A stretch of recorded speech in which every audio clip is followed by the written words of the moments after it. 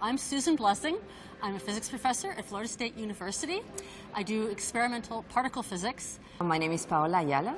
I work at the University of Vienna. I do research on carbon nanostructured materials. My name is Renee Horton, and I am a hearing-impaired material science and physicist, and I work for NASA.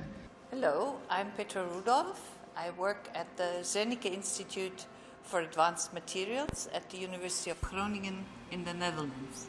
I'm Silvia Torres Peinbert. I live in Mexico City. I ended up in an astrophysics introductory course, all by chance. And that made me put all this information together.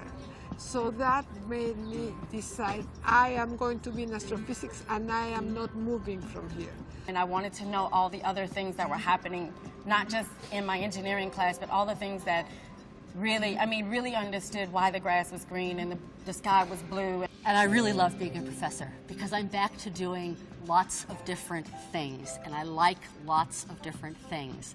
I teach students, I advise undergraduates, I direct the Women in Math, Science and Engineering program, I do research. Although I didn't know that physics existed as a career, I had a very clear picture of what I wanted to do. Since I was a kid, I liked doing experiments. The most fascinating thing is that you really work as you would work with Lego, putting little building blocks together. But these building blocks are very small, they're atoms and molecules, and you have to convince them to go to the places where you want them to be. So particle physics is kind of a broader term. So high energy physics is colliding particles at the highest energies that we have available so that we can make new particles that are as massive as possible, or try to break apart the ones that we already know about. So you want really high energies for that.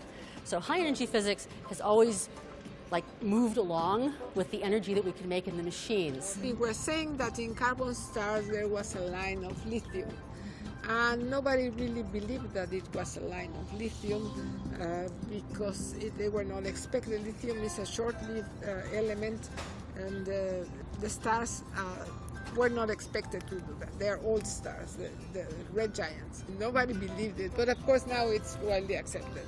So my PhD was in friction stir welding. It's where you take two very distinct things, like my two hands, and then you merge them together with the metal.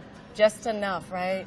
It becomes kind of oozy, and then when it hardens, they're together, and you can't separate them anymore.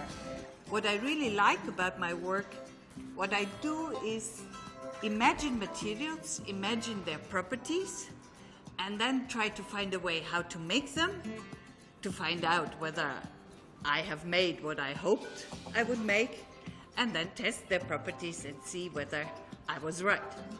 We make use of the wonderful properties that have been discovered along the past years, make them functional for different purposes, changing the places of the carbon atoms by other atoms. You find out that you can transform a material that was originally a semiconductor, for instance, into a metal just by playing with atoms. I find that very exciting.